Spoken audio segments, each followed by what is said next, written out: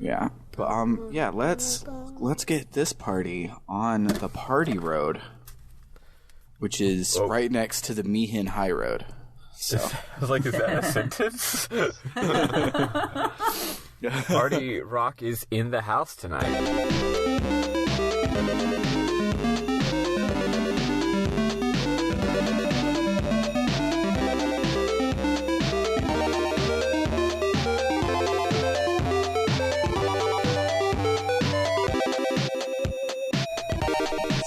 Welcome to RPG Book Club, the podcast where we play a little bit of a video game and talk about how it makes us feel. I am Sam Allman.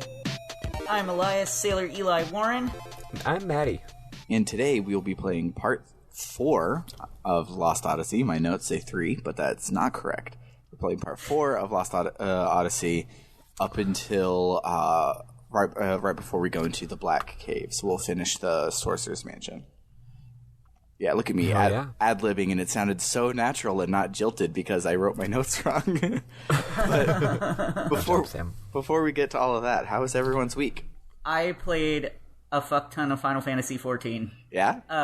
I have gotten so deep in the paint with this that I'm continuing to level up classes even though I have no more rest experience, which is absolutely unprecedented for me. Oh my god, wow. You have a problem. I might. It's really fun, and I'm actually RPing with people again, nice. Which feels really good. That's cool. I haven't had too much motivation to RP in WoW lately. Mm-hmm. Wow, I just noticed I've been offline on the Battle.net app for like a day, which is usually I'm online all the time. Wow. Yeah, I don't know. I don't want to say I'm burnt out on WoW because I still do enjoy it. Mm-hmm. This just is not the expansion for me. Yeah. I could feel that. I definitely, the little bit that I played WoW, I would have waxes and wanes, and after the story content is done, I'm in heavy wane mode, really. I'm just like, well, I don't want to do a single daily ever. So heavy wane mode. Is that like in Batman Beyond when Batman's old and gained a lot of weight? Yes. Eli, speaking of expansions, you know what expansion I like? 7th expansion. Yes. Yeah. Listen to our Danganronpa bonus episodes. I mean, listen to our Higurashi bonus episodes, folks. Yeah. Wow. Nice save there, Maddie. Yeah, good job. But yeah, that's all Maddie's been doing all week. Yeah, besides having 2 dates to the prom, she's... Yeah, so I actually had a weird and mostly awful week. Mm-hmm. So, I don't know, it was a lot. Thursday was my birthday, which is normally exciting. I'm 28, but it was just rough. It was a rough-ass birthday. A lot of things happened. Sam knows the tip of the iceberg because I kind of bitched to Sam a little bit, but I didn't do all the bitching. I kind of like split my bitching among 3 people, so they would all have to come together and compare notes to understand why my birthday was so rough. The Council of Maddie meeting isn't until next week, so none of us have any idea what's going on. But I don't know. It was tough for some reasons that were more like, I don't know why that was upsetting to me. I don't know why that hurt me so much. Why am I just in such a sensitive state? Mm-hmm. But then there were a few things where it was like, no, that would be very upsetting to anybody. You know, that's an upsetting thing that happened. And then I got some, after a pretty rough day, I got some really bad news, some specific bad news, towards the end of the day. And that just fucking annihilated me. So I was recovering from that for like a day or two, and my emotions have recovered, but then I still had to think about what to do about the bad news I'd received, because it was a bad news that was going to require action on my part. So I'm still dealing with that, but I'm like feeling better about it. You know what I mean? Mm-hmm. Whatever. And then I did a lot of canvassing on Saturday, Bernie 2020, and then on yesterday was my first trans birthday. Yay! So that's exciting. Congrats. I remembered that was the case in the morning, and then completely forgot about it for the rest of the day because I had to go to work and shit. And then at like 11:50 at night, I realized, I was going to make a post about this. So then I made a mushy Twitter post, but it wasn't as mushy as I expected because I had about 5 minutes to write it. And most of that was spent looking up people's handles on Twitter so I could tag them. And that. Yeah, I don't know. That's me, I guess. A lot going on, weird emotions. It's stupid. Life is dumb, but it's also good. Yeah, life for all of its shittiness is kind of good sometimes. You might say it finds a way, as that one, as we all know, is the line from the movie. Yep, that's in a movie. Here's the thing. Normally, I'd be like, can we please reference a different line? We've been referencing the same line for 10 billion goddamn years. We all get it by now. But it is, it is a line that is said by the sexiest, the one good, the one attractive man. So yes. So I'm okay with it. Oh yeah, it got cold. It got beautiful weather here, and it went from 95 degrees to like 50 degrees down in Austin. Yeah, it was great. In like a day. Yeah. But my week was great. I played the shit out of Danganronpa, and yeah, you really did. I went from basically chapter 2, which is like an hour, 2 hours into the game, to finishing the 25-hour video game this week. Yeah, you played a lot. Yeah, but at a certain point, you just can't stop. Yeah, like there was a time like mid chapter 3-ish where you get your first like, oh well, that's interesting sort of twist, and you're like, well then what else can you throw at me? I can take it, and then that's all I did. But yeah, let's listen to some Nobuo Uematsu music and talk about this game.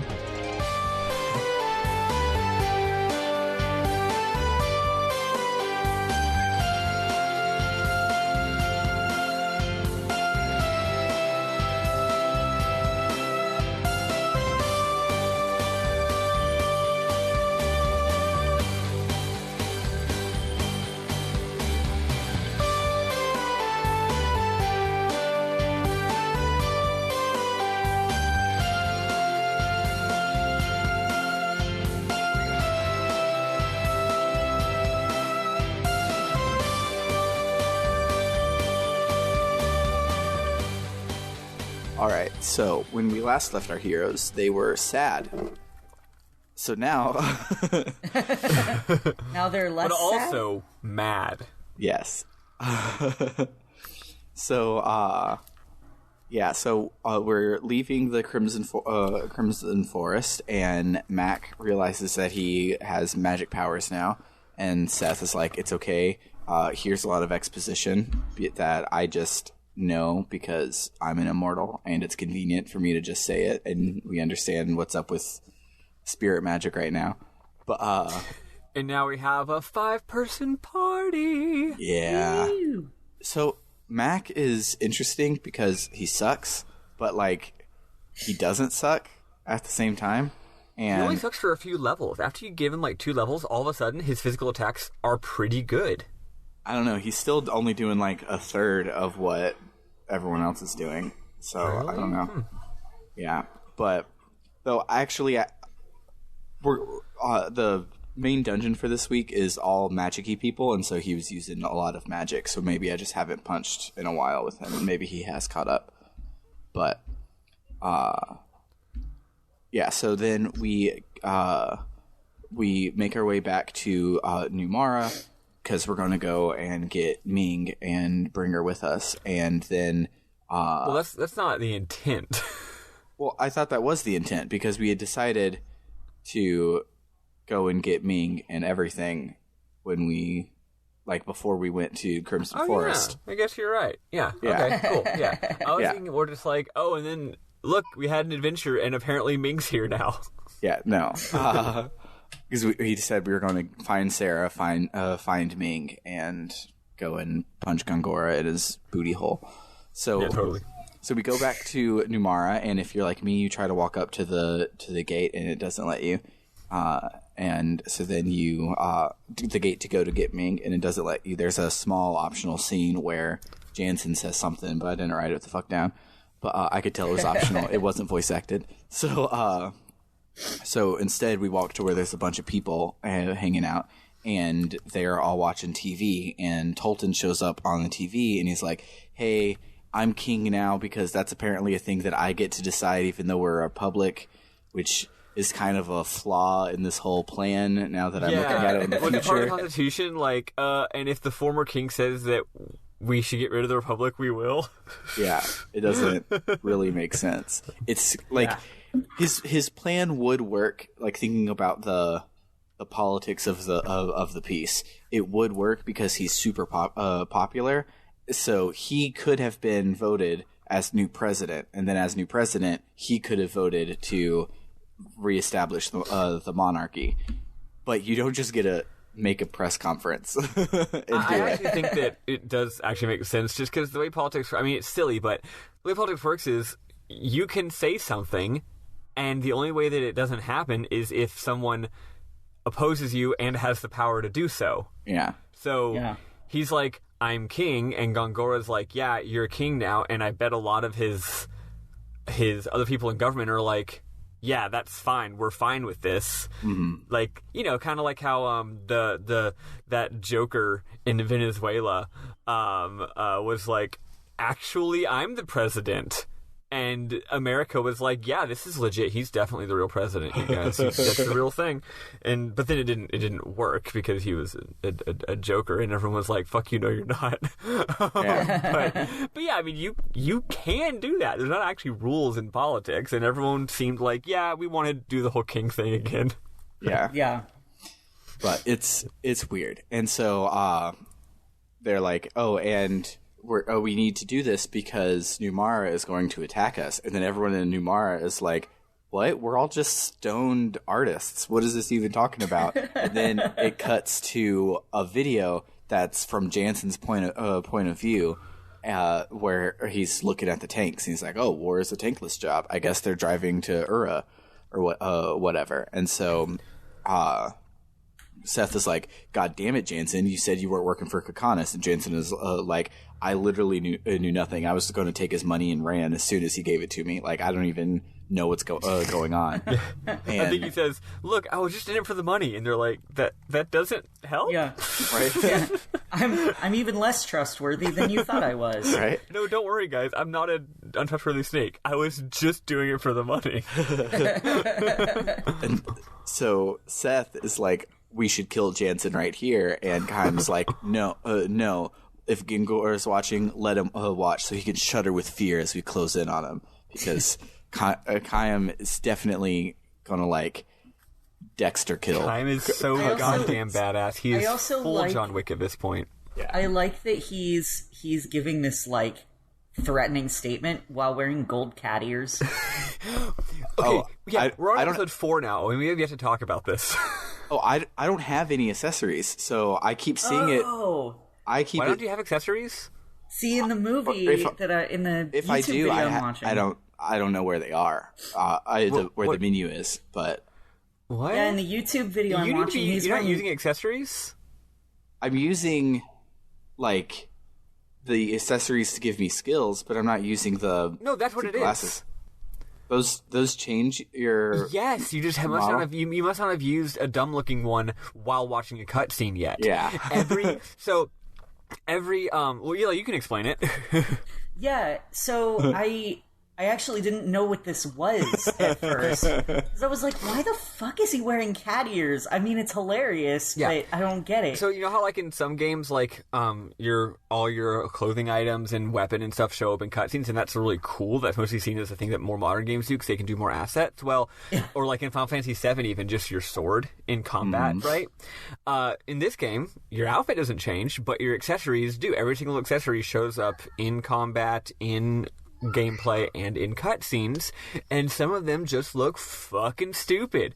Yeah. If you equip goofy glasses on everybody, then during all the cutscenes, they're all wearing goofy glasses. Oh yeah, that's okay. That's why Seth was wearing a pair of like shades. So I've maxed out all of my skills right now, and the only ones I'm working through are the status immunity ones, and all of those are earrings. So I've just thought that Kayam had earrings, just as part of this thing. Those weird dangly earrings are the things you've got equipped. That's so funny. I never even noticed. Yeah. Because watching like, the thing. Watching the thing when I was finding it for Eli, like, people would have glasses, would have ears, would have funny things, and I thought it would be, like, in a more recent Square RPG, there's a whole separate like menu for option, accessories, and so you can give people glasses and stuff like that there. And that's what I thought that was, and I just didn't know where it was, or if it was or if like they were playing on a New Game Plus type thing that added it, or a DLC or something. I had no clue at all. Nope. Yeah, you just must have coincidentally never had anything super like noticeable, right? Yeah. No, it's the and again, even during the scenes like from last week, right, where everyone's crying and hollering, like they can be wearing stupid glasses or cat ears the entire scene. That's beautiful. Yeah. I now want to go and like find the funniest looking hilarious. one. So whenever I get out of battle, I switch back to my stupid looking one. I was very confused though. Like, when did this happen? Like, who gave him cat ears? What is going on? That's Why so does funny. Seth have- Kime's mourning, okay? He's going through a phase, okay? This is part of his he's- mourning process. Going through his silly cat ears phase. That's the fourth stage of grief is wearing cat ears, becoming a cat girl. I mean, I did knew that. it. Yeah. So after his cat-eared vengeance, there's people around that recognize the kids from the video from Jansen because they were standing in front of him, and so they're like, "Oh, you guys must be the spies," and like start to throw rocks at him and stuff. And we're like, "You know what? Fuck Ming.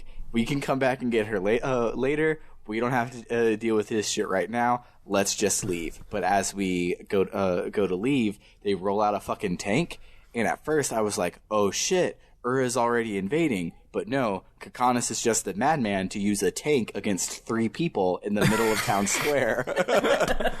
He did it, the absolute madman. He's fucking incredibly nuts. Which we get to see later, his nuts. But anyhow. Yeah, I take back what I said earlier about my wrong opinion from my previous playthrough and from last week's playthrough. I actually do like Kakanis now. I don't know why I didn't like him before. He's great. He's so weird. But so we Surrender. We surrender here. Yeah, the battle is later. Yeah, so here we decide to surrender so they can take us to the queen. But it's important that before we surrender, after the first big explosion with all the dust running up, Kayam tells the kids to run and hide so they can be safe. So also, he does say we're surrendering because he thinks, hey, if we fight this tank right now, we're probably going to start a war. Yeah, he's like, we're going to start a war, and also we're trying to get Ming anyways, so we can just demand to see the queen after they kidnap us, and it's a way out. And so we all 2017. So we all good game. surrender, and Kakanis takes us in, and it's like, tell me the plan. What's Ura gonna do? And we're like, where's the queen? And so then while they're having their little back and forth, one of the sorcerers walks up and is like, something's fucky with Jansen's eyes. And he uses his magic to rip off a magic contact lens, and Jansen's like, "Well, shit. We just said we weren't spies, but here I am wearing a magic contact lens." We literally, definitely, extremely were spies. Yeah, That's one of those. That's like a fantasy thing that I never knew I wanted. with magic contact lenses. Magic contact lenses seems like really cool for some reason. You don't have to worry about them getting like messed up. Yeah, Yeah, like I like putting glasses on my fantasy characters, but I also want them to be able to see normally. Right. And like glasses are, because I mean, as someone who has worn glasses since he was like 7 years old, Yeah.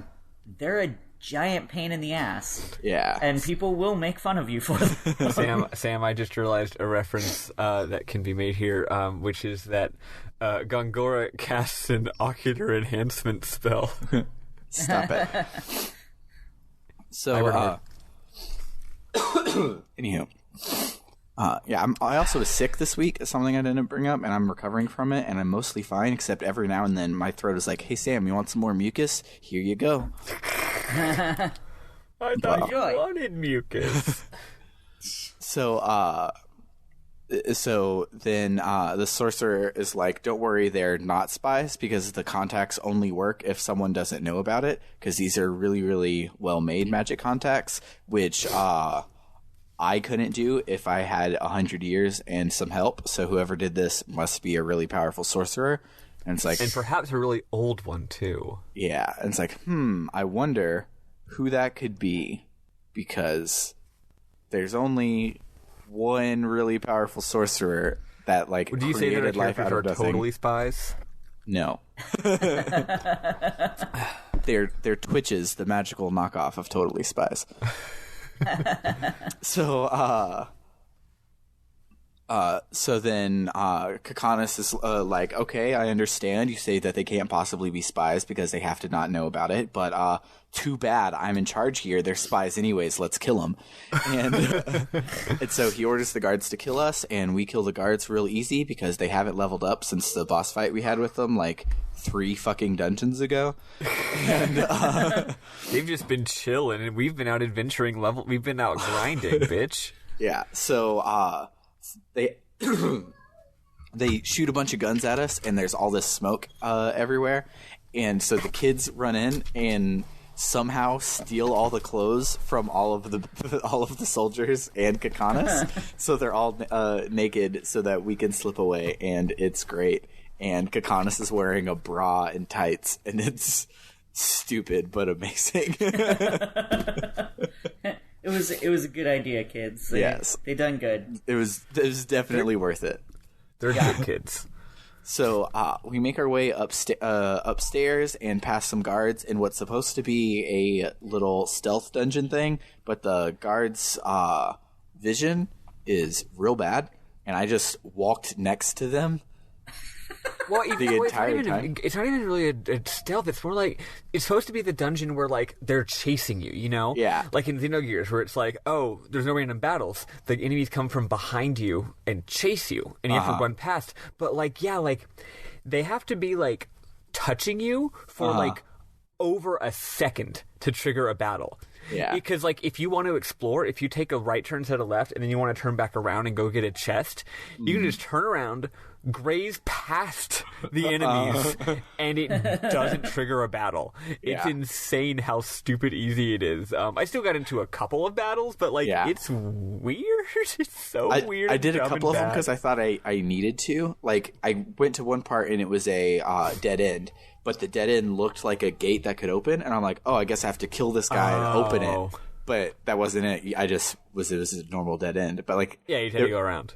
Yeah, there were a couple of times where I thought I needed to fight one, and that's the only reason I got into any fights over there. It was the weirdest little mini dungeon. I actually do really like the reason why those are dead ends. If you look at them, what they are is they're very clearly like artificial like police blockade barriers. Mm-hmm. So, like, the bad guys put those there, which is pretty cool, actually. Yeah. Although it makes you wonder, why didn't they just put them on all of the paths? Or on the elevators that let you get past those. Yeah. Or, like, but also that, of course, then that brings up even more questions, like, why can't Kaiman Party jump over a barrier that is about as high as their thigh? Well because... And then you're just like, you know what? Forget about thinking about things. Well, it's because they're in a JRPG, and you don't get a jump in a JRPG until Xenoblade Chronicles.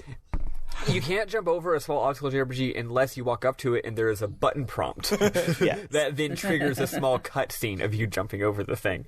Absolutely. So we get into Ming's chamber, and Kayam and Seth are just like, hey, best friend, what's up? And she doesn't remember anything. And they're like, okay, well, you don't remember, but trust us. We are the good guys. Kakanis is the bad guys. Come with us.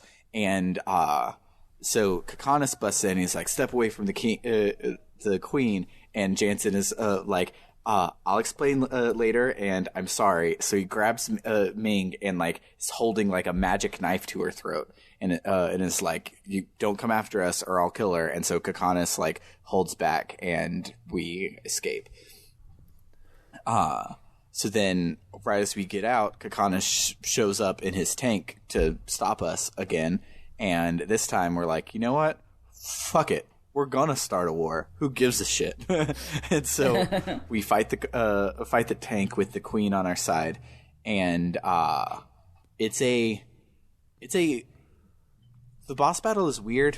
Like, I don't know. It wasn't like hard. It just was one of the ones that has like 5 different things you can attack, and as you attack some of them, it gets less moves it can use.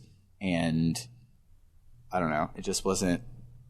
I remember I like nearly died, but I think it was just because it hit hard, and I didn't have an opportunity to grind yet. But yeah, it hits really hard at first, and you scramble. But yeah, I beat him on my first try. It's fine. Yeah, in a game that so far had kind of insanely good boss battles, is a little dull. Yeah, but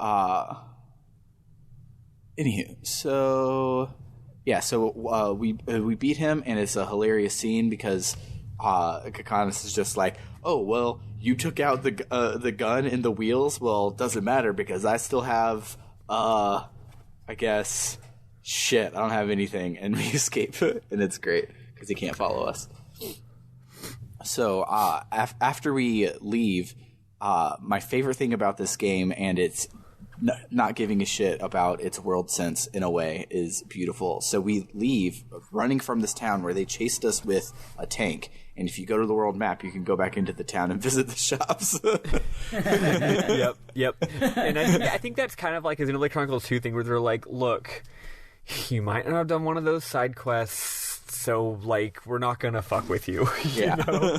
Even though they're like, this is stupid, but we don't really want you to not have a slot seed, you know? Yeah. So,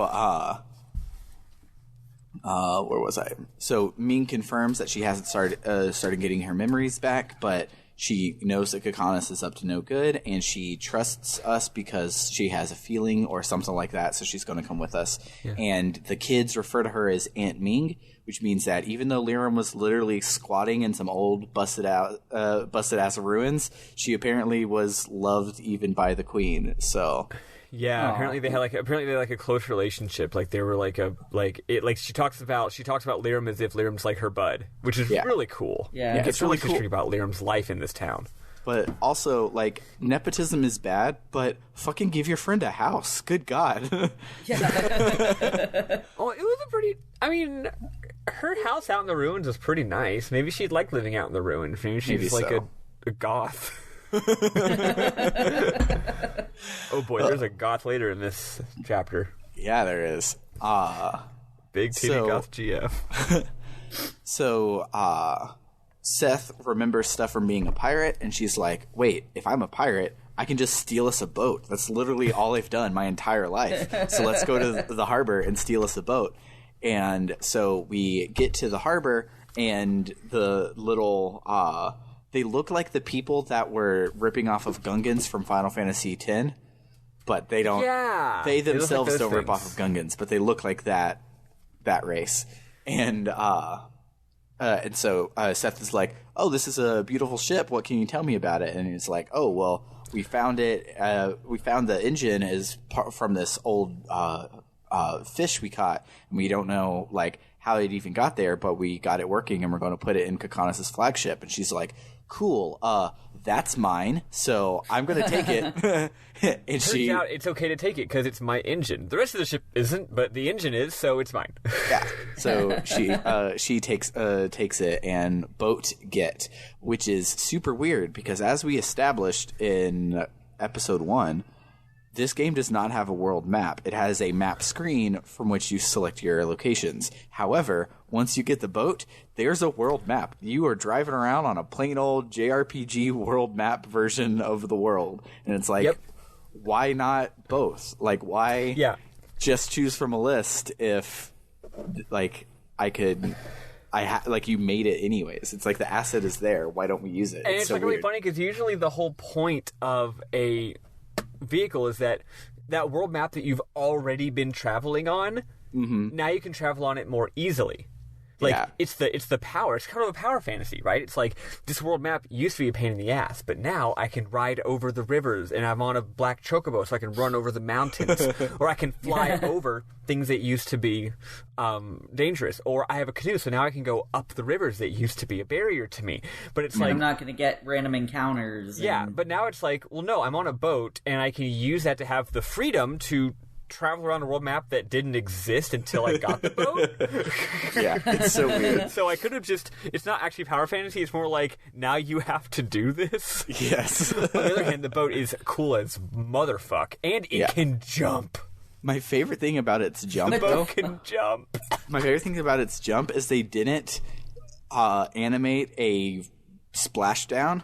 So it jumps up out of the water, and it has water trails following it up, and then it lands back in the water, and it just you see the model of the plunks down. You see the model of the boat go a little bit underneath the plane of the water, and then come back up, and that's it. It's like there's no splashdown. It's the weirdest looking thing. And there's but not I even like love an it. animation showing like how it jumps. No. It's like when you like get, it's like when someone does a video, quote unquote, of their computer screen where they're highlighting an image in Photoshop and moving it like to make Yes. it do a jump. You know what I mean? Like it's just going whoop, going up and then down.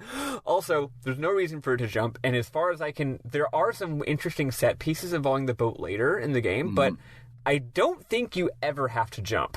So Yeah. I think it's just there for fun because it's cool that a boat can jump. Yeah. Maybe there's no splash animation because it's trying for the Olympics, and so it's trying to get the least splash possible. Yeah. It's a It's doing a beautiful controlled swan dive. Yeah. Yeah, exactly. So yeah, we land at the place where it pointed us. I don't know if it's the only place to land because I knew we had a lot to play, and I was like, I can't go explore a whole world map today. But, I'll fill you in on that later at the end of the episode. yeah. I can briefly summarize what you can do there. Cool. So It's only a little bit. So we land at the place, and everyone's like, "Wow, boats are so cool," and or "I'm sick because boats are not cool." And Seth isn't joining in, so we turn around, and she's Wait, looking. there's a very important scene before this point, Sam. There's a very important scene. Unless you never saw it, did you ever press the button to go to the bridge? No, I did not. Oh fuck. Yeah. So this week has two optional cutscenes, and if I'd known that you were going to miss it, I would have taken more notes about it. Okay. So, kind of really important. It's weird. So when they give you a tutorial on the boat, and they're like, you can press right bumper to go inside the boat, and first of all, you're like, oh yeah.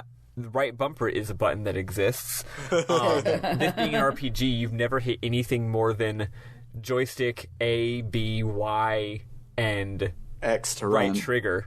And X to run, of course. But most RPGs, don't really use the whole controller exactly, and this game is no exception. So you're like, oh, right bumper. Anyway, when you press right bumper to go to the ship, first of all, it's not like some games where you can like run around the ship and it's beautiful. It's like there's the bridge and there's a tiny little deck area, and that's it. There's nothing to do. You can talk to characters, but yeah, there's a pretty lengthy cutscene where the characters actually talk a pretty good bit about like backstory stuff. Yeah, and I guess I should have taken notes on it.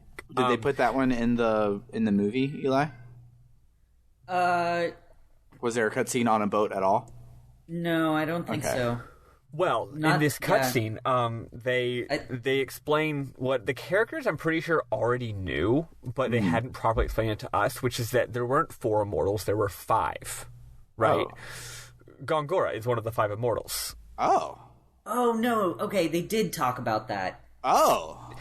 Yeah, so all last week you kept saying, Sam, there's 4 immortals, and they actually kind of, like, Kaim's badass line about how if he won't die, will make him reborn, that only makes sense if he's immortal, right? I think the game may have just kind of forgotten that you have to explain things to us so that the characters know it, but the characters know. But anyway, they chat, and they're like, yeah, and so here's the whole backstory. It's like, all of us came to Earth from another dimension. Oh. We're all like scientists or explorers or something. All 5 of us were friends in another dimension, and we all came to Earth for some reason. And that's why we're immortal, because we're from another dimension. Maybe time flows differently or something. Like, I don't think they were immortal in their home dimension. And we all came here we made a 1,000-year agreement that we were all going to go for this planet, to go to Earth for 1,000 years or maybe more, I don't know. And we were all going to Earth for some important reason, or not Earth, we had some very important reason to go on this journey. But of course I don't remember what it was. But then, after a very, very long time of us all living in this dimension for a very long time, Gongora turned on the rest of us and betrayed us, because I guess he's mad with power, and he traumatized us all in individual ways. He knew he couldn't kill us, so he decided he would destroy our memories and destroy our souls so that we would be no threat to him. He did that in an individual way for each of us, and by doing that, he can now fulfill whatever his goal is. And considering how big of a deal it is to have traumatized us so much, and to considering how powerful he is, his plan must be nothing less than complete global world domination, or just world destruction, or something really, really bad. So that's the plot of the game. Oh shit. Yeah. Why is that optional? I hope it's still there so I can go and watch it myself. It probably is. And they find a bit more stuff. They talk with Ming some. Ming talks about how she doesn't Ming talks about how she doesn't remember, but she has the feelings in her heart. Can you all hear me? Yeah. Okay, cool. I got a quick phone call. She has the feelings in her heart, so she feels like she knows you. She feels like she suffered some kind of awful pain. You don't know what it is. Maybe there's more here too. I don't know. That's basically it. The kids talk about how Seth is so fucking cool because she's a pirate, and they can't get over how cool Seth is, and they decide that, and especially Cook. Cook is like, oh, I always like to read book. I think that's in this scene, right? No, that's the next scene, because I have that. That's the next scene. Oh, you've already read this part. Okay, never mind then. So this part's already part of it. You already know this part. There's another optional scene. Okay. That I got first, which is weird. It makes more sense to come after. If you, I will share it now since we're talking about it. If you turn your boat the goddamn around, and you try to go back to Numara, you can't go back to Numara, or maybe you actually can. But if you try to go for a second, what'll happen is, remember when we were at the weird ruins, and at one point of the ruins there was what seemed to be a giant monster that had been turned to stone? Yes. And they don't comment on it at all? Yes. Yeah. Well, you see that from the shore, and Ming starts getting memory trauma flashbacks. Oh. And they're like, what the fuck is that? And I don't think she remembers, but Seth is like, oh, didn't that thing attack Numara many years ago or something like that? And Ming's like, it's too painful, and I think it's a pretty short scene. I don't remember exactly. I hope I'm not spoiling anything that with knowledge of the future that I already know, but I think it's implied something that, this thing probably had destroyed the fuck out of the city, and Ming probably turned it to stone with her powerful magic, and that probably was what traumatized her. Something like that. Okay.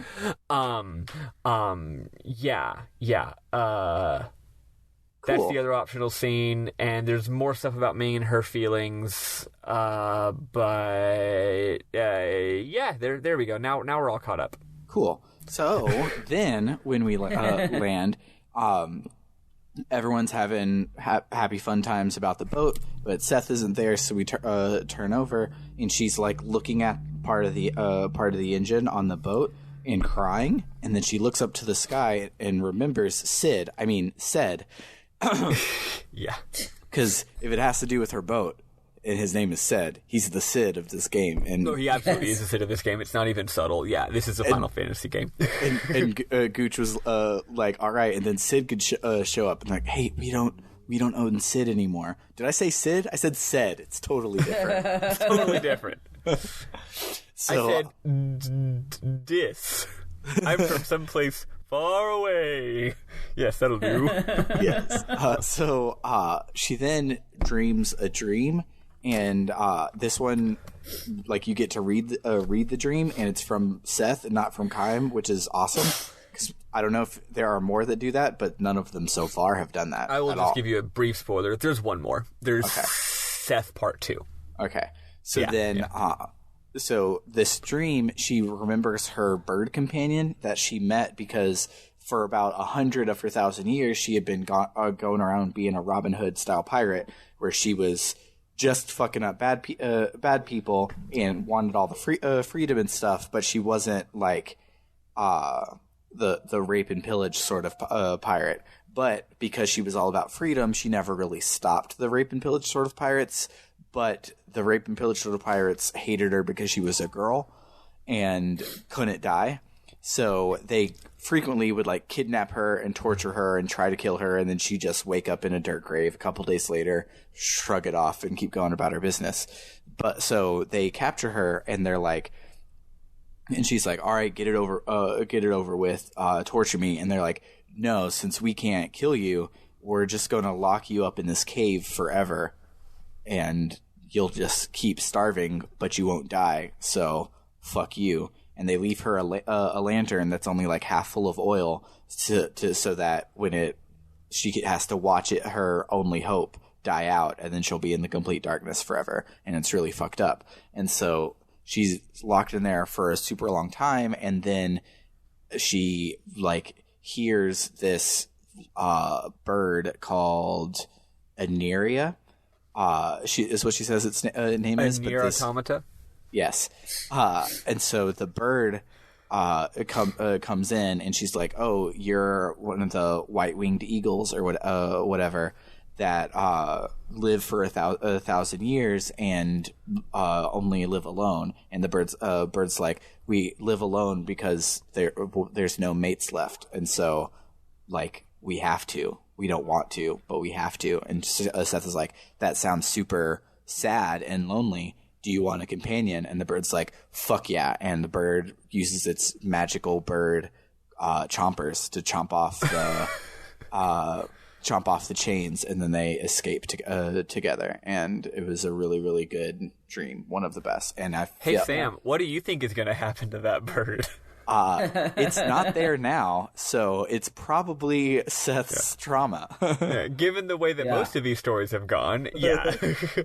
That's not a spoiler, I don't remember, but yeah, I'm pretty sure part 2 is like, and then something sad happened. Yeah, this dream ending on a happy note is probably a fake. There is a Seth's dream part 2. Yeah. So after her dream, she's crying, and the kids ask what's wrong, and she says it's because of something she regrets, and that's it.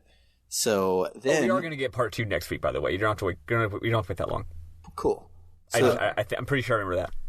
So then we make our way to Tosca Village, and as soon as we walk in, everyone's like, "Holy shit, it's Kaim! Hey, welcome back, Kaim!" And Kaim's like, "I really wish I had my fucking memories because I don't understand the shit that's going on." But when we get to the inn, we meet up with the innkeeper who was 7 back when Kaim saved their whole village, and he's like a middle-aged man now. And they catch up for a little bit, and I don't know if Kaim and Seth are just being smooth and saying, "Wow, look how much you've grown," and those sorts of things, or if they're just like, go along with it. No, we don't remember think at anything. This point they have actually gotten. I think that they actually do kind of remember this. Yeah. That was what I got out of it. It didn't seem like they were just. Oh no, I was just saying it didn't seem like they were just kind of like you do with little kids when you don't know what the hell they're talking about, but you act like you do because you're trying to show interest and care about them. I don't know what's going on. You have an almost 3-year-old too. Believe it. Every single day, and she started doing a thing where like she'll get nervous if she wants to ask us something, and so instead of just being like, "Hey, Dad, can I do blah blah blah," she'll just be like, "Hey, I want to do the, and I'm just like, I can't. You have to speak up, and you have to finish your thought. Those are the only 2 requirements." Yes. But, yes. Sorry. No, I think that after his big moment last week, I think that was like Kaim's big moment. Like, I don't think all of memories came flooding back, but if you notice, all this week, like, he's really come alive emotionally. Like, he's not the stoic he was in the previous weeks. Like, he gets mad, he gets happy, he jumps to action. He's like way more of a regular hero. He feels like more of a complete human being than he did before. Very notably, I think. And I think it's like, okay, yeah, he's probably fuzzy on some stuff, especially if it happened like 800 years ago, but this happened like 60 years ago, you know? So I think it's like, yeah, he probably remembers hanging out here and that he probably saved some people and he probably remembers that guy's face. Like, that's what I think. Yeah, it didn't clarify. It left it up to interpretation, and yeah, so it's pretty vague about it. Me being cynical, I was like, nah, they're just being like, oh, hey, you, how's it going, squirt? No, I got it. It's not because of the trauma. It's just that, look, I'll meet someone at a party, and then I'll meet them like 4 more times over the course of the next few months because we're always going to the same events, and I'm still like, hey, you. So, hey, you know, there, buckaroo. I didn't even need to get traumatized by a wizard, so maybe I'm just, is bad with names. Yes. So, he's just a regular dumbass. Yeah. So, also this guy's name is Tulti, which, like, I'm going to go on this rant every single time it comes up, but if you are naming important characters in anything, they should all not have the same first letter if you can get it. And if they have to share the same first letter, pronounce that first letter way differently if possible, and make them way different lengths. Don't name a character Tolton and Tulti. Don't do it. Yeah. It's stupid. It's so stupid. But yeah, so Tulti tells us that if we want to go to Gotza, we need to go through the Black Cave, but that cave is blocked with magic from the sorceress who moved in to Kym and Sarah's old house. The last place I want to go is to Goatsy. Right? Oh, we should explain that. We're trying to go back to Ura because all the bad shit's happening in Ura, and they're like, we should go back there and fuck up Gongora, but we can't go back the regular way for political reasons, I guess. So we're going to go the back way. We're going to go... That was actually one thing I did explore. If you try to go the long way around and go to Ura, there are whirlpools you can't get past. So you need to spruce up your ship to get through the whirlpools. And Gotza is supposedly super techno-marvelous, and so they'll probably have one. It's actually neat. You know how in some games you'll go outside the designated play area and all that'll happen is there'll be a little text box and the hero goes, I shouldn't go that way. And then he turns around. In this, there's a whole FMV cutscene of the ship almost being destroyed by insane twisters and hurricanes. And then at the end, they're like, well, we can't go that way. But yeah, we're also going to go to, though, because it's like, yeah, like, we're going to go kill Gongora. We're there for personal reasons.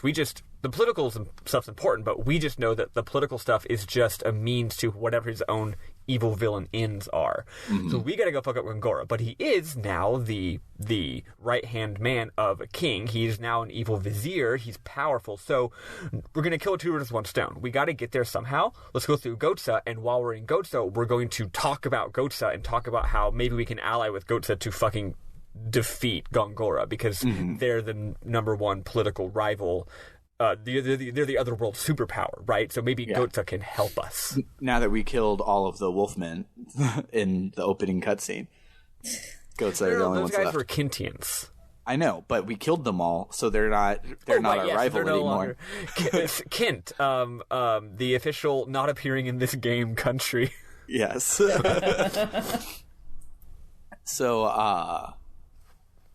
yeah. So we decide to go give that sorceress what for and make her open the cave for us. And so we get out to the mansion, and it is spoopy.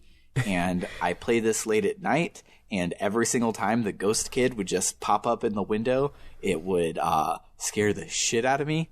So it was real good.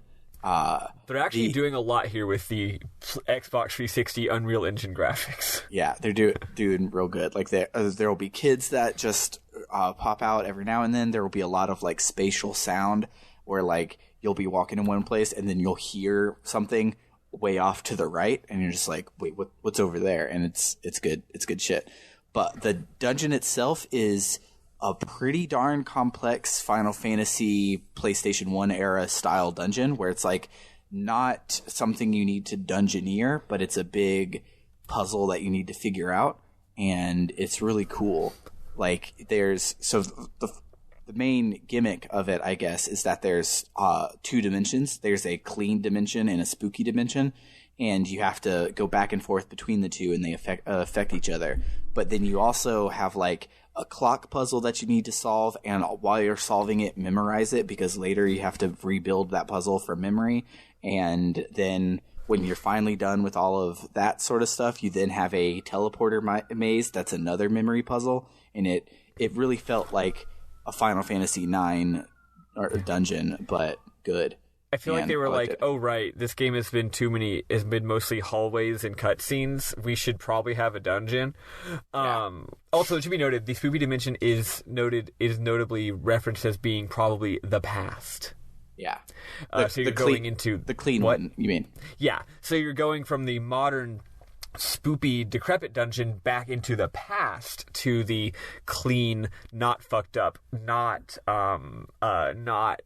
decrepit dungeon. Mm-hmm. And it's like, oh, something bad happened here to make it go from nice to being decrepit.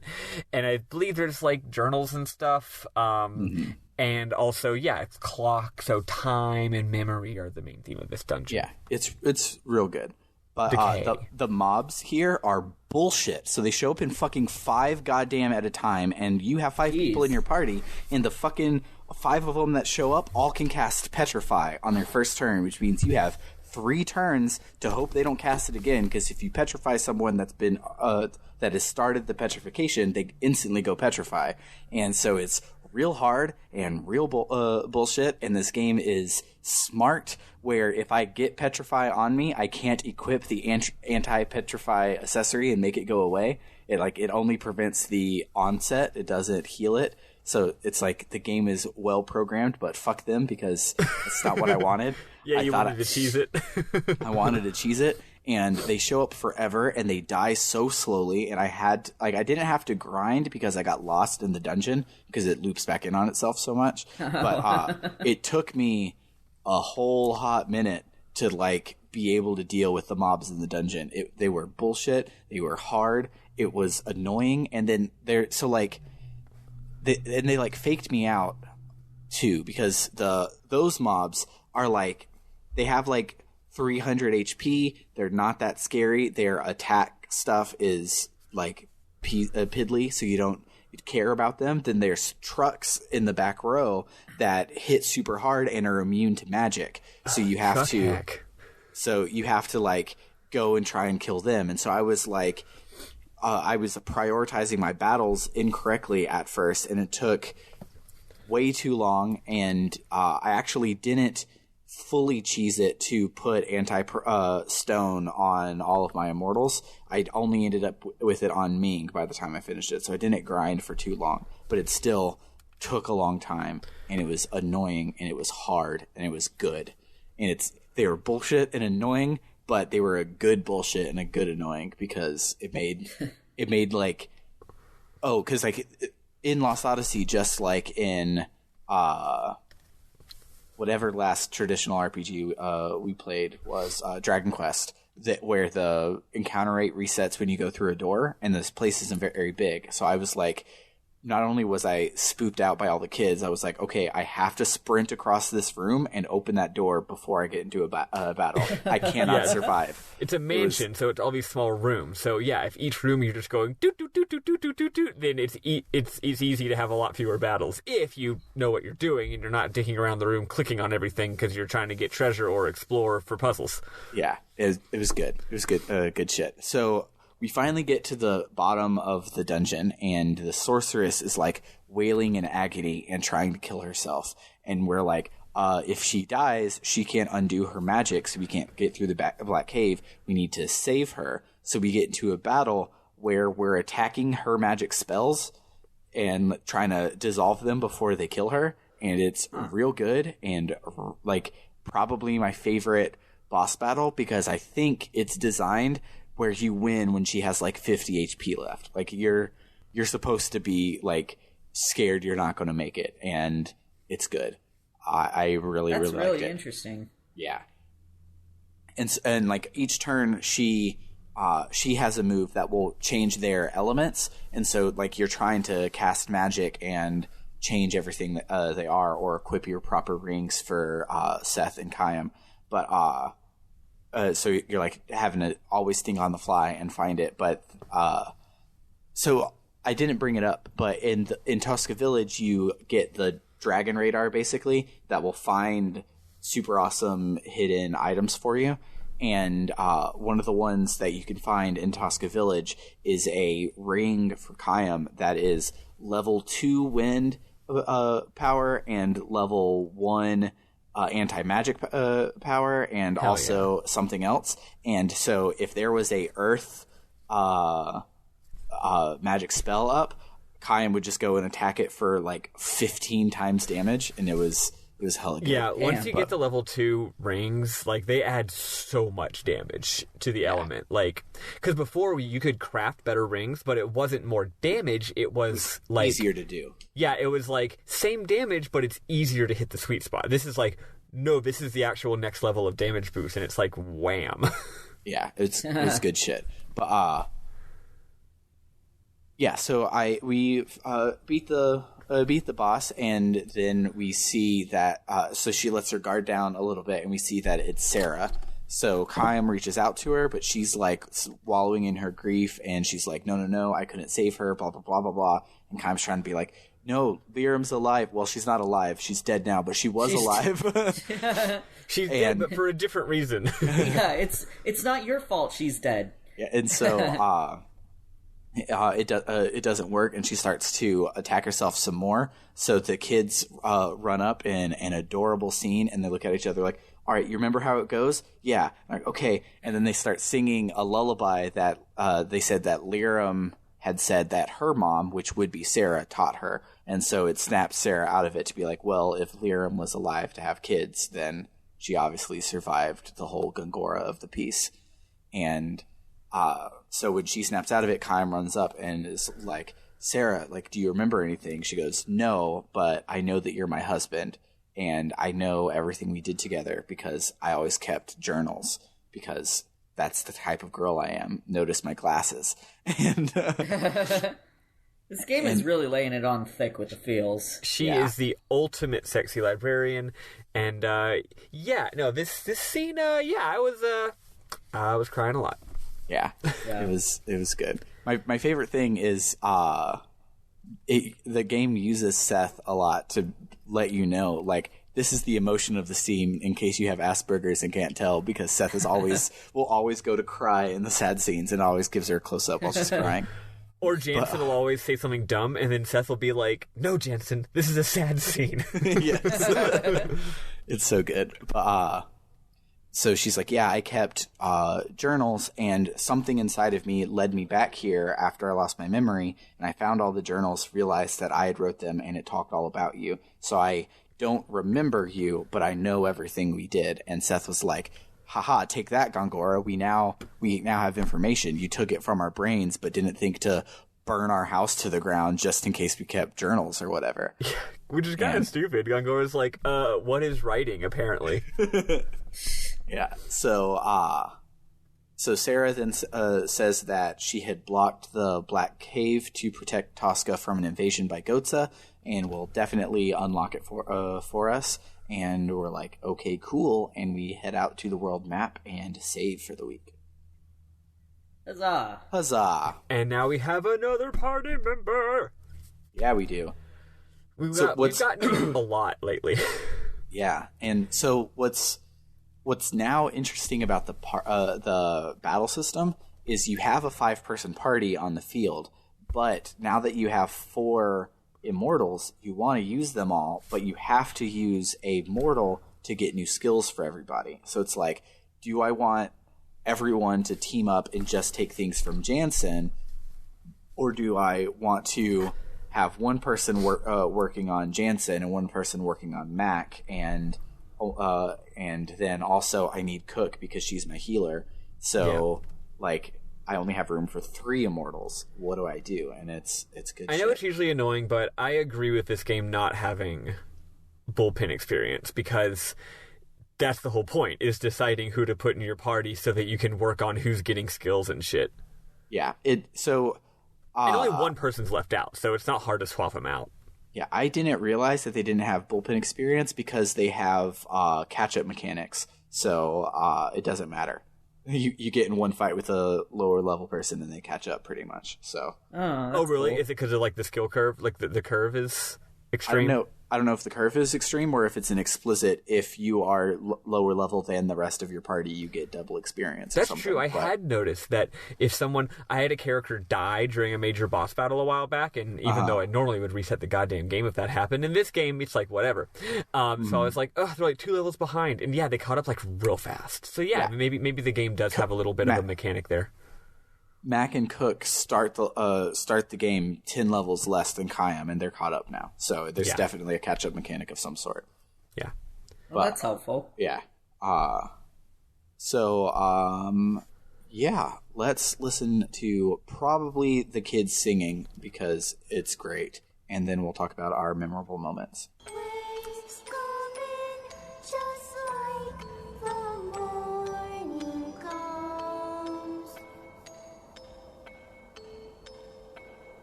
Things come and go, but soon they'll disappear into the dust.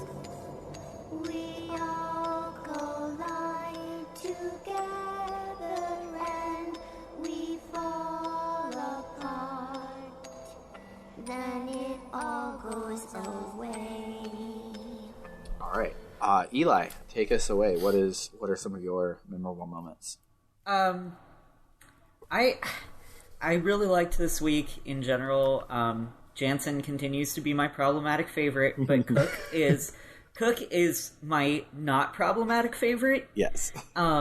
She's super cute and just so like I love seeing her get so excited over finding out that Seth is a pirate. Yes. And wanting to be Seth's apprentice. That scene was fucking adorable. Yeah. She's just like the best little girl. And one of my favorite things about that scene is she's like, oh, I'm going to be Seth's apprentice. But like we mentioned earlier, Seth was just staring off into Cuckoo Land and didn't necessarily agree. But Cook pretends like she agreed and will like fight Seth's battles for her in cutscenes. So like somebody will be like, well, Seth, like, what about blah, blah, blah? And Cook will stand in front of her and be like, Lady Seth doesn't listen to the likes of you or whatever the fuck. It's so she's good. like, yeah, I'm your first mate now. And Seth has at no point said like, yes, you're my first mate now. But she also didn't say no. Exactly. It's so also, good. as we established in earlier cutscenes last week, Seth is really good with kids, so she's just going through a time right now. Yeah. Yeah. It's so good. Any others, Eli? No, those are the main ones. I really like those characters. I think they're great. Yeah, they're spectacular. So, speaking of the kids, so one I had is when everyone accuses you of being spies. This is another thing that shows that Kayam is growing up and feeling feelings and stuff, because they start throwing rocks at the group, and Kayam doesn't like draw his sword to fight people. He grabs the kids and holds them under his arms to protect them from the rocks. And he stands in front of them. Yeah, like he immediately is like grandpa mode. You know, like I'm a parent. This is my responsibility. Like it's man, yeah. You can like see you can literally like see his brain and his emotions working at like a higher levels than they were in the previous episodes. Yeah, because he's not just this dead husk who only knows how to hit things. Yeah, it's so good, man. And then there was one more that, of course, it's a Jansen line because 90% of all memorable moments in this game are Jansen lines. But when the I know tank what line you're gonna say. when the tank shows up, they're like, well, we have the queen on our side, or something like that. So we have the element of surprise. And Jansen says, I say we surprise them by running away. Yeah. That's a good one. It's so good. But those are the only two I jotted down. What about you, Maddie? All right. I've got a couple little ones. When you're first watching the big Tolton speech, Cook looks at Mac and she goes, Mac, do you understand what's happening? And Matt goes, "There were a lot of words I heard in my history class." Yes. So good. Also, one funny thing is, I think it's a little funny given if I were a lib and want to comparing everything in our current political situation to fucking Harry Potter or shit, I would probably draw the parallel that Tolton announces that he is now the 45th king of Ura, which is funny. I noticed that. Yep. And He's also played by Adam Driver. He really is giving off serious Adam Driver vibes. He's got that weird nose, like extremely sexy but weird.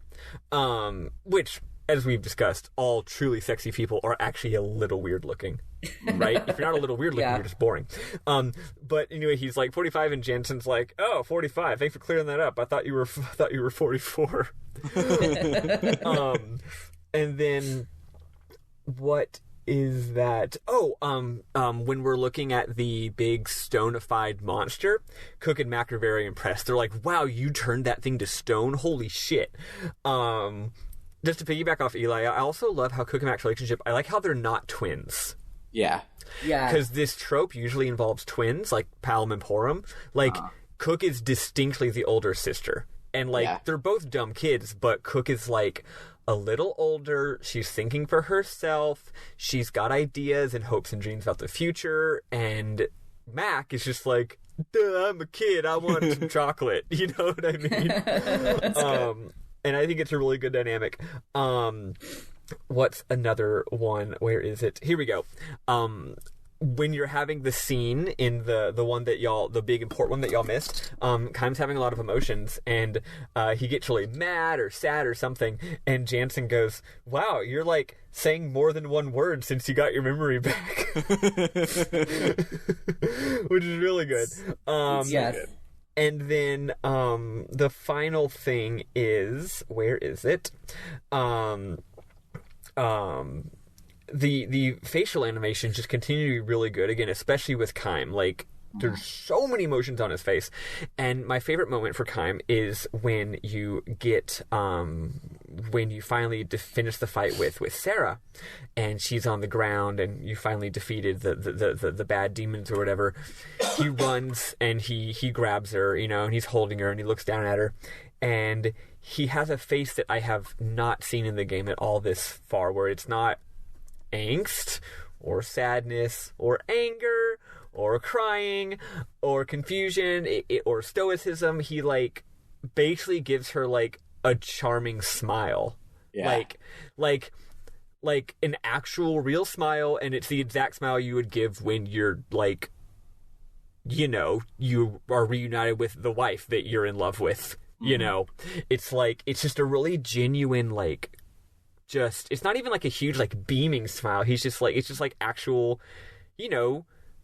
normal, what's the word? Not satisfaction. I don't know, just peaceful, satisfied happiness, looking at her he's just overjoyed, and it's such a great face. I just took a screenshot of it because it's just such a good face.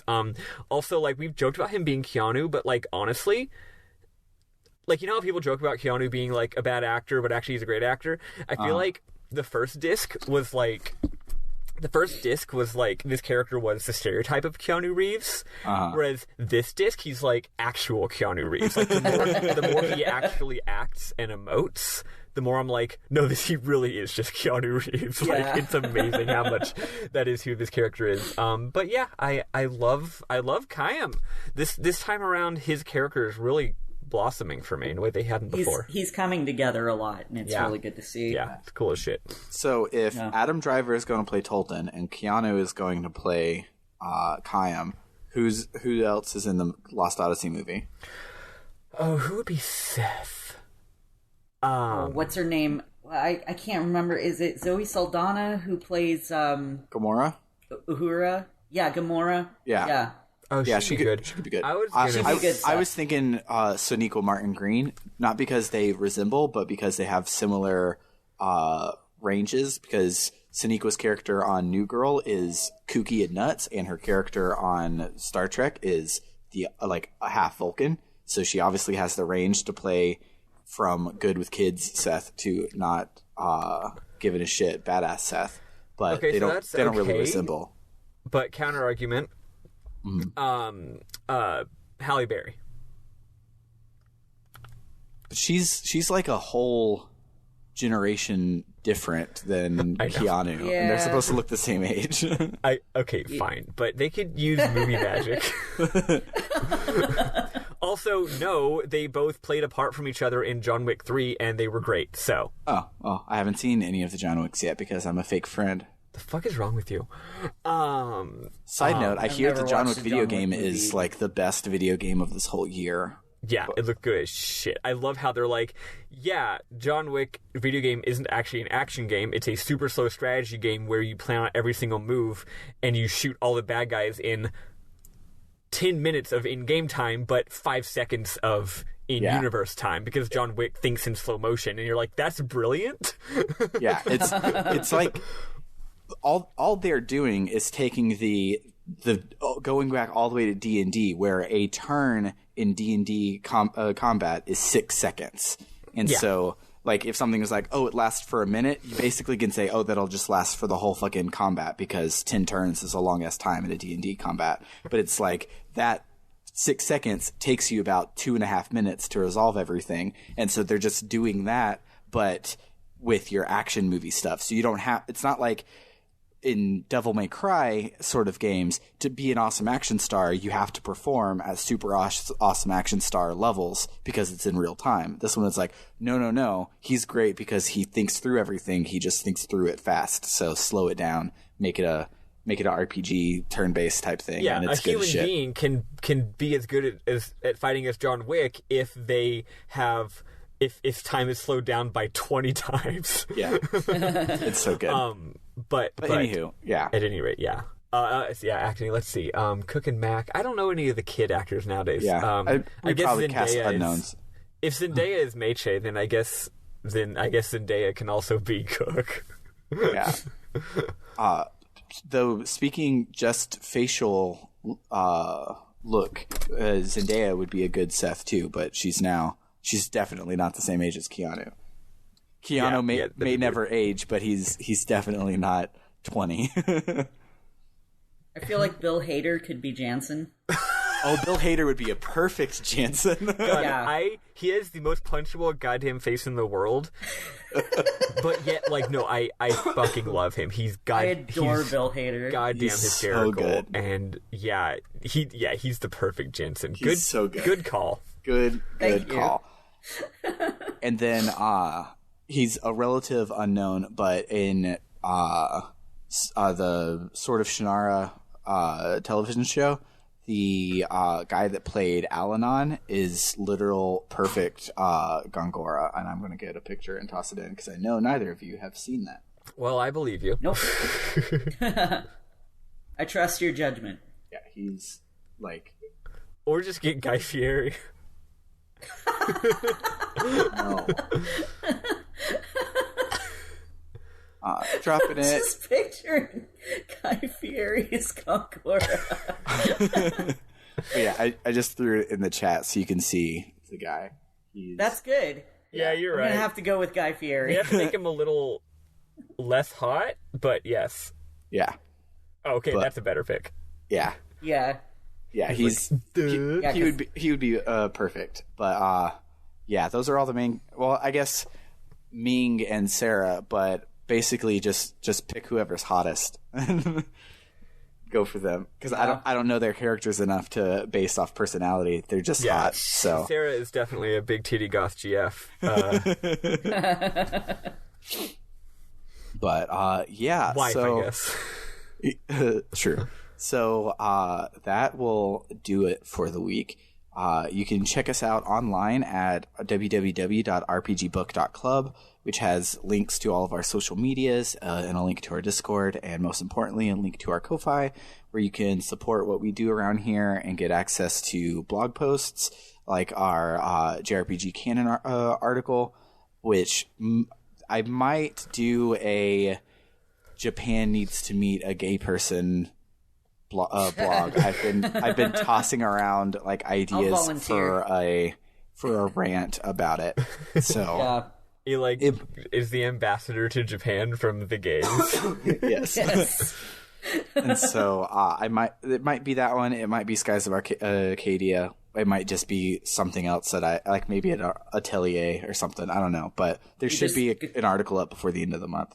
And We just gotta send some of them quilt baggers over to Japan. And for those of you who don't know, quilt bag is another acronym for LGBT. that's cute. I didn't know that. Yeah, it's like queer, uncertain, intersex, lesbian, transgender, bisexual, asexual, gay. I Quilt like that. bag. I like how gays laughed. That I approve of that one. Yeah. But Yes, use quilt bag in your daily lexicon. yeah. Yeah, so you can look forward to a quilt bag article on. So it'll be that one or another JRPG canon. I don't know, but I try to do one a month, and I'm running out of months, so I need to write something. But you also get to vote on our next game, which will probably be announcing the voting period soon. It's not like right now because this game was originally 13 episodes long, but as of today, we've already made up the ground on one of those episodes. So we'll see, but we'll probably announce it like next week after, something like that. And if you go to our Ko-Fi and support us, you can vote on it. But other than that, I think we're about done here. So for RPG Book Club, I have been Sam Allman. I've been We Elias. should say where we're playing to the end of the disc. I keep forgetting to put this in my frickin' notes, and this has been a problem every single time. I'm doing it right now for next As week's usual, notes. playing into the disc, you will get you can save your game on the disc change screen. I love that. It's Yeah. like, especially because we don't actually know if that's going to be the end of like an arc or not. It could just be the goddamn middle, but I kind of like it. It's just like, no, we're saving on the disc change screen, whatever's happening. Yeah. And one thing I love about it is the disc change screen this last time was not the end of a chapter. It was right in the middle of the chapter. It just was where you needed a fucking break. And it's like, look, we could make you more sad, but we're not going to. We're going to let you change the discs. Maybe come back next week, and then you can go back to Numara. And when you come back after the disc change, you literally have to walk out of the dungeon that you had walked into in the previous disc. Yeah, it's wild, but it's good. So, yeah, for RPG Book Club, I have been Sam Allman. I'm Elias Sailor Eli Warren. And I'm Maddie. Toodaloo! Bye. bitches. Love you.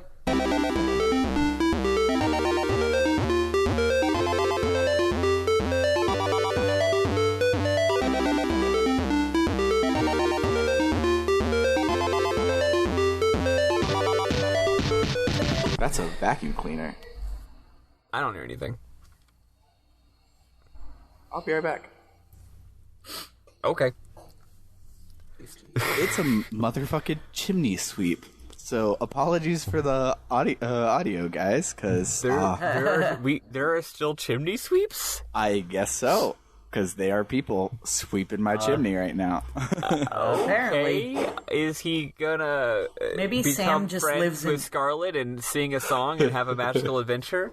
No, I think they're just trying to keep us all from having asbestos or something. Have y'all recently hired a magical nanny? I mean, Maybe Sam actually lives in the early 1900s and we just don't know it. or I just have a chimney. You haven't heard of chimney sweeps because you don't have chimneys. I have had a chimney before, and I did not have a chimney sweep. I would not have hired this chimney sweep, but my apartments are making me hire the chimney sweep. And by making me hire, I mean they did all the hiring because it's their property. Right, yes. Jack! Shut the Our fuck up. audio is going to be all over the place today. Get the boy. fuck over here. Oh my god, my dog was like, I can't come be with you even though I'm scared and I want to cuddle you. I can't come be with you because there's a like waist high obstruction.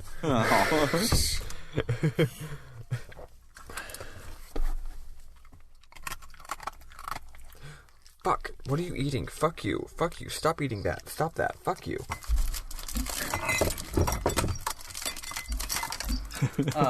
Stop eating that. Okay. I'll never eat it again. I'm sorry.